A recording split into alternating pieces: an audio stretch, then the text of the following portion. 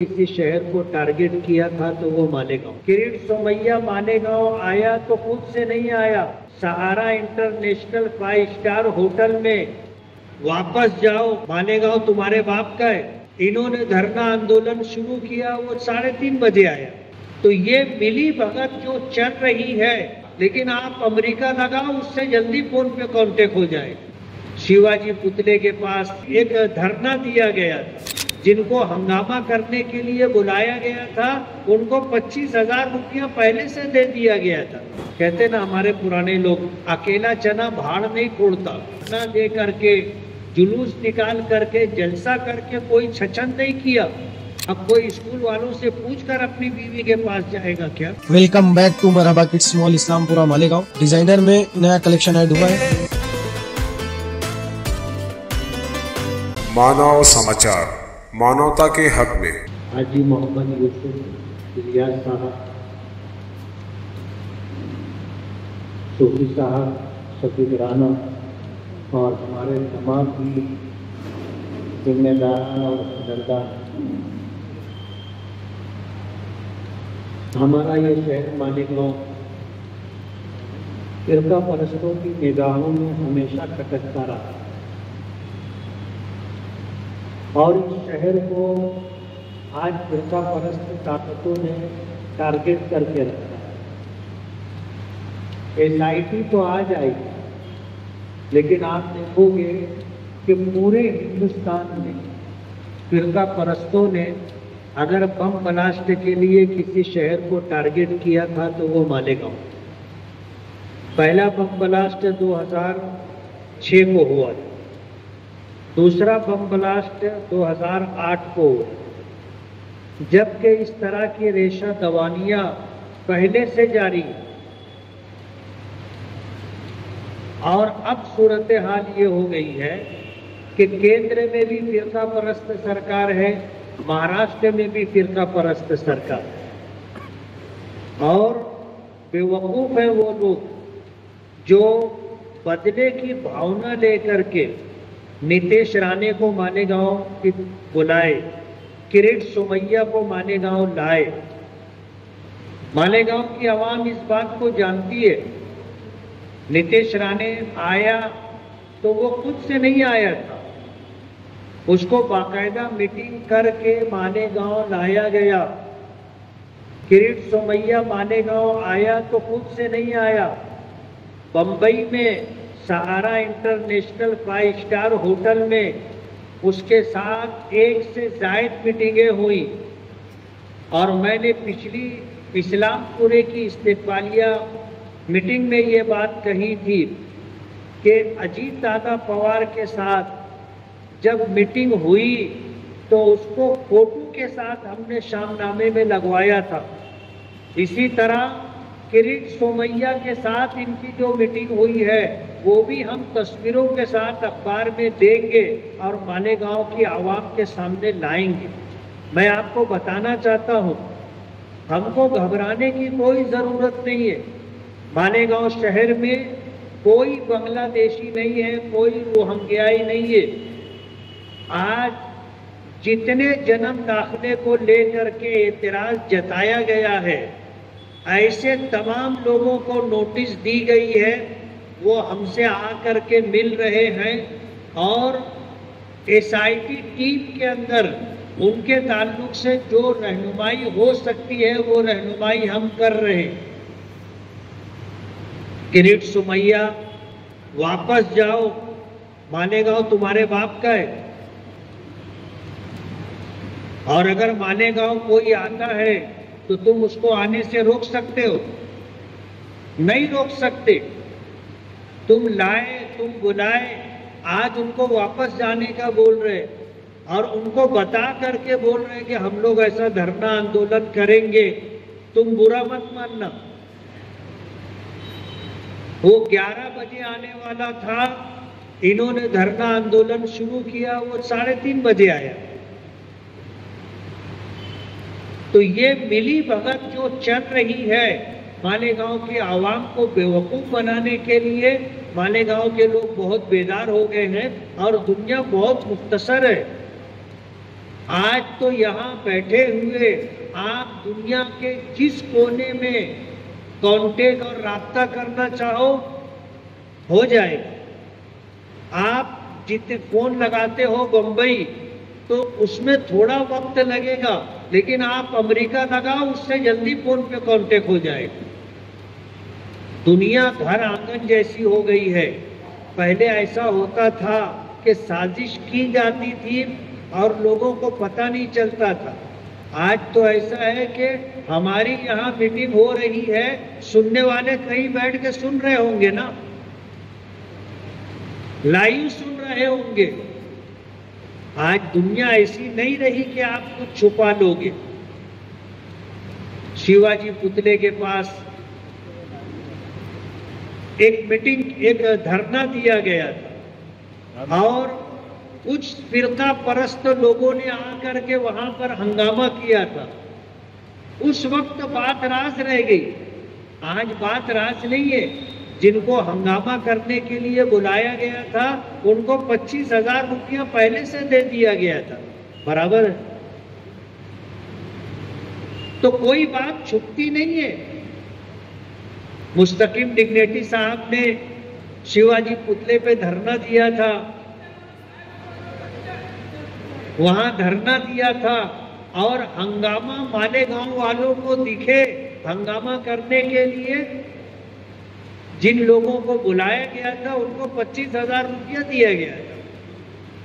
तो कोई बात छुपती नहीं है और हमको घबराने की कोई जरूरत नहीं है। SIT टीम बनी है, ये फिरका परस्ती की इंतहा है। SIT टीम किसी बहुत बड़े मसले के लिए बनती है, लेकिन मालेगांव में ऐसा इल्जाम लगाया गया कि यहाँ बांग्लादेशी है, अभी तक एक भी नहीं मिला ना। रोहिंग्या यहाँ बसे हुए हैं, अभी तक एक भी नहीं मिला। लेकिन जाहिर बात है जब टीम आई है और कागजात चेक कर रही है तो नए नए मसाइल उनको मिल रहे हैं ना। एजेंट लोगों ने जो धांधली की और जन्म दाखिला बनाने के लिए जो लेन देन करके पेपर कम रह करके या एक मंजूरी लेके 4-5 जन्म दाखिले उसमें निकाल दिए, ऐसे लोगों के बारे में इंक्वायरी हो रही है कि उन्होंने बोगस दस्तखत बना करके सिक्का बनवा करके लगा करके लोगों के साथ घात किया है। इस तरह के मामला सामने आ रहे, लेकिन घबराने की बात नहीं। अगर हम ये चाहते हैं कि हमारा शहर महफूज रहे, हमारे शहर के लोग महफूज रहे और हमारा अपना शहर है इसकी जरूरत पूरी हो, तो हमको कुछ न कुछ करना पड़ेगा। शफीक राना है, यूसुफ इलियास साहब हैं, इन लोगों का मशवरा था कि हमको एक वर्किंग कमेटी बनाना चाहिए। कहते ना हमारे पुराने लोग, अकेला चना भाड़ नहीं फोड़ता। एक आदमी सब काम कर ले ऐसा मुमकिन नहीं है। तो मुझे आप लोगों के साथ की जरूरत है।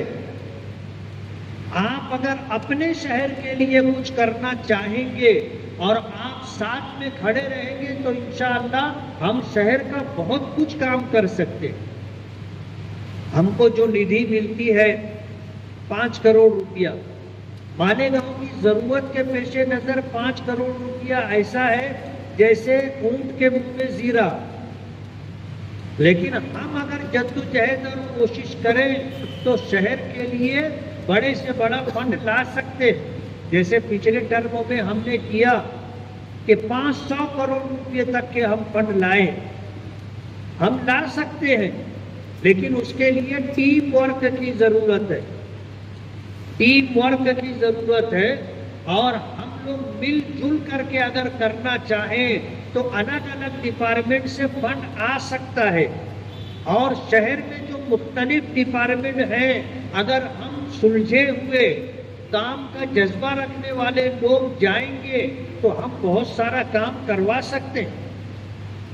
अभी हमने कोई रोड पर धरना दे करके, जुलूस निकाल करके, जलसा करके कोई छचन नहीं किया। लेकिन एसआईटी की टीम जिस तरह जहां काम कर रही है, लोगों को सुबह से बुला करके शाम तक बिठाया जा रहा है और उनका काम होता नहीं, उनको फिर बाद में बुलाया जाता है। हमारे साथी हैं जो वहां उनकी मदद कर रहे हैं। हमने इसमें शोर शार नहीं किया। आज हमने अपने कुछ साथियों को मजीद पाबंद किया कि तुम वहां जा करके लोगों की मदद करो। लोगों के पास कागजात मुकम्मल है। ऐसा नहीं है कि हमने बोगस दाखिला, जन्म दाखिला बनवा लिया। कागजात हैं, ओरिजिनल कागजात जेरॉक्स के साथ ले करके जा रहे हैं लोग, ओरिजिनल बता करके जेरॉक्स से जमा करके आ रहे हैं। ऐसे बहुत सारे लोग, उनको नोटिस दी गई, वो पहुंचे एसआईटी टीम के अंदर, अपने ओरिजिनल कागजात रखे और जेरॉक्स से जमा करवा के अपने घर वापस आ गए।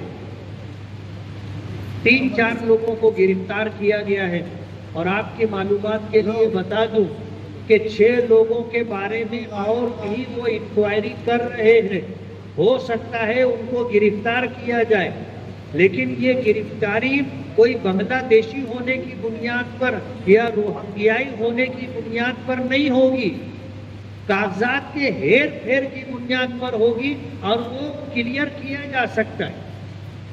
जैसे हमारे यहाँ कुछ स्कूलों में ऐसा है कि उनको केजी में दाखिले के लिए 4 साल की उम्र चाहिए।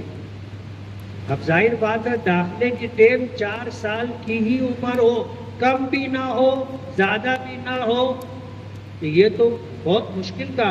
आपको स्कूल वालों से पूछकर अपनी बीवी के पास जाएगा क्या? और क्या उसके इख्तियार में है कि आज मुलाकात होगी तो हमल ठहर भी जाएगा?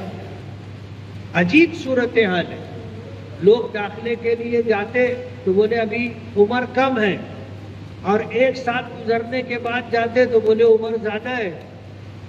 तो कुछ लोगों ने इस तरह का फेर फार किया है। कुछ लोग ऐसे थे कि उनकी तारीख पैदाइश कुछ और थी, स्कूल में कुछ और है, यानी जन्म दाखिले की तारीख में और एलसी की तारीख में फर्क है। उसको दुरुस्त करने के लिए कुछ लोगों ने जन्म दाखिला इस एलसी के मुताबिक बनवा लिया। अब स्कूल वाले हैं, बोले एलसी में हम कुछ चेंज नहीं कर सकते। वो 1-6 करके उन्होंने, पुराना एलसी था। बड़ी उम्र के लोग आज परेशान हैं कि स्कूल वाले एलसी पर डेट चेंज करके नहीं देंगे, तो वो जो है जन्म दाखिले की तारीख चेंज करवा रहे हैं। ऐसे मसाइल हैं और वो सब क्लियर हो जाएंगे इंशाअल्लाह।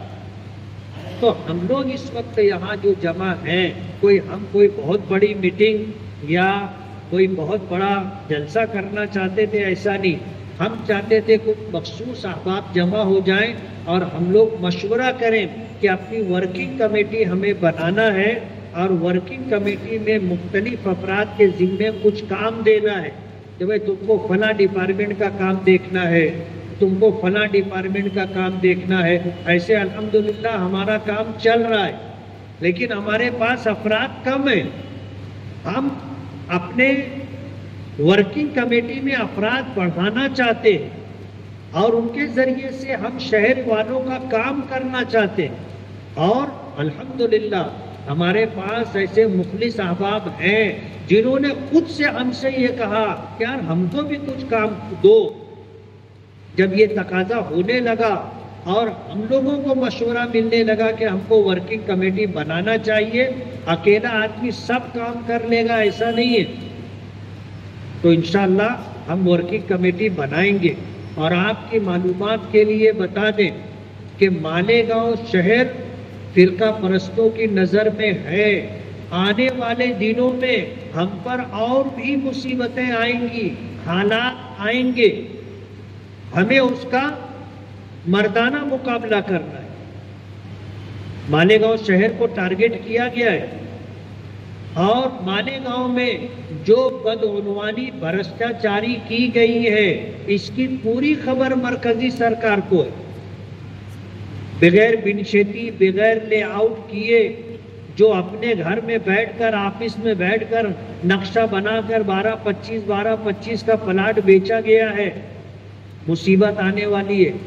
मैं आज आपको बता रहा, सरकारी जमीनों पर, नदी नालों की जगहों पर कब्जा करके जो जमीनें फरोख्त की गई हैं, मुसीबत उस पर आने वाली है। ओपन स्पेस पे जो झोपड़पट्टियां बसा दी गई हैं, मुसीबत उस पर आने वाली है। जिन मस्जिदों को, मदरसों का रजिस्टर्ड नहीं किया गया है, उन पर मुसीबत आने वाली है। मैं आपको बता रहा हूं, जिन जिम्मेदारों से मेरी मुलाकात है, उनकी जुबानों से जो मैंने सुना है वो आपको बता रहा हूं। बहुत लोगों ने भ्रष्टाचारी की। अभी पिछले दिनों मालदा में 2 ओपन स्पेस, 2 गट के 2 ओपन स्पेस बाकायदा उसमें रोड गटर बना करके लोग प्लाट बना करके बेच रहे। हमने कारपोरेशन में लेटर दे करके वो पूरा उखड़वा करके फेंका। तो इस तरह जो शहर में बदउनवानी हुई है उस पर कार्रवाई होगी। मालेगांव पहले भी नजर में था और मालेगांव अब भी नजर में। हमने कोई खोटा काम नहीं किया, हमको कोई डर नहीं। आपने कोई खोटा काम नहीं किया, आपको डरने की जरूरत नहीं। खैर उनको मनाना चाहिए जिन्होंने शहर में गरीब आवाम को लूटा है, गरीब आवाम को लूटा है। 12-25 के प्लाट के नाम पर नदी नालों को पाट करके उनको प्लाट बनाकर बेचने पर, ओपन स्पेस के प्लाट बेचने पर, गैर मुस्लिमों की जमीनों पर नाजायज कब्जा कर रखा है। ऐसे लोगों का अब यौमुल हिसाब आने वाला है। हालात शहर पर आएंगे। अब हम लोगों को अपने शहर को कैसे बचाना है और हकदारों को कैसे हक मिलना चाहिए और हमारा शहर एक अच्छा शहर कैसे बने, इसके लिए हमको वर्किंग कमेटी बना करके मेहनत और जद्दोजहद करनी। आप लोग इससे मुत्तफिक हैं? अल्लाह आप लोगों को जज़ाए खैर दे। हम इस सिलसिले के अंदर फिर मीटिंग लेंगे, आप लोगों को याद करेंगे और इस शहर में काम काज हो उसके लिए मिलजुल करके हम लोग चलेंगे और इंशाअल्लाह इस शहर के मसाइल हल करेंगे।